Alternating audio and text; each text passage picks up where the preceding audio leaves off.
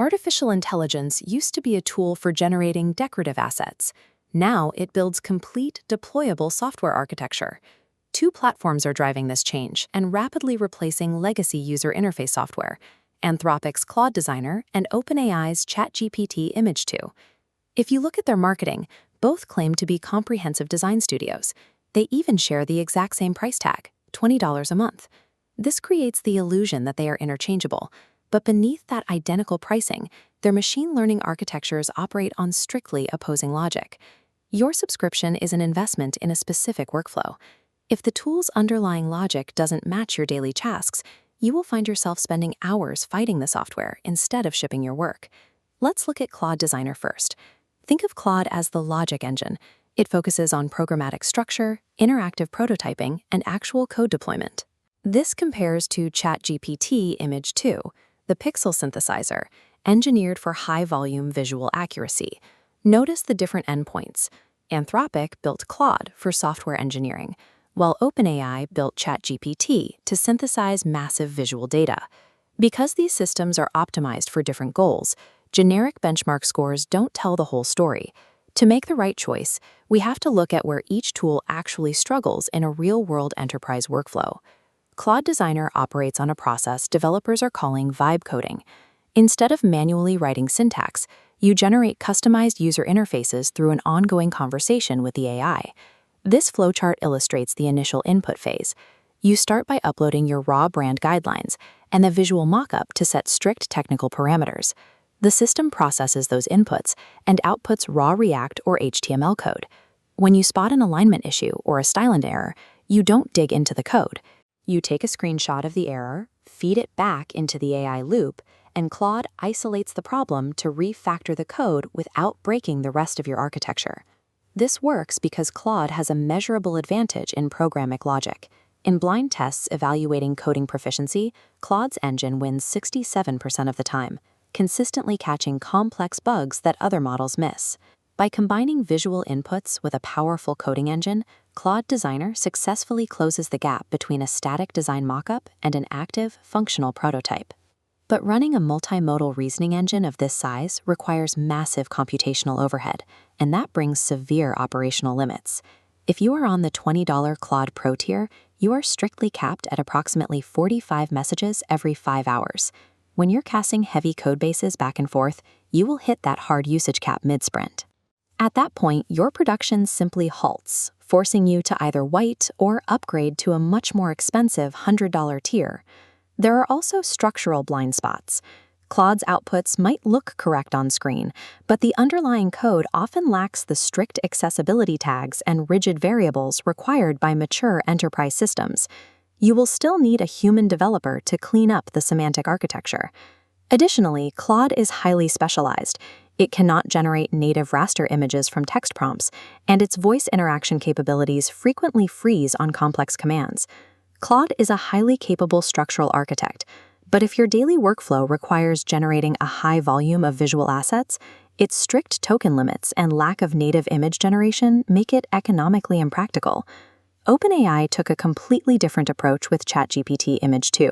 They abandoned older diffusion methods and moved to an autoregressive architecture.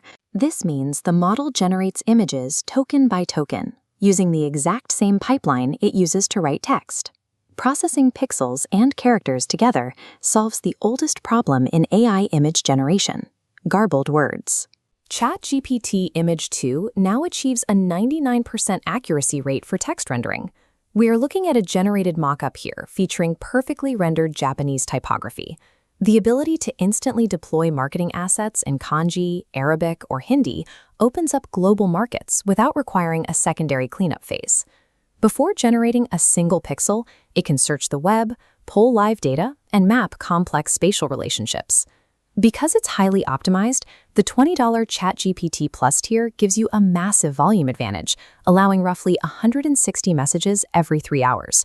For a marketer or content creator, ChatGPT Image 2 serves as an efficient, high-volume ideation engine. It produces visually accurate assets rapidly, ready for deployment without ever opening Photoshop.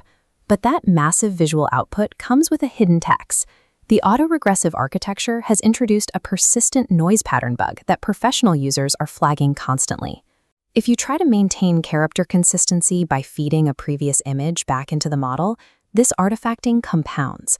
It quickly degrades into blotchy, grid-like patterns that ruin multi-step character manipulations. There is also a severe vulnerability regarding brand fidelity.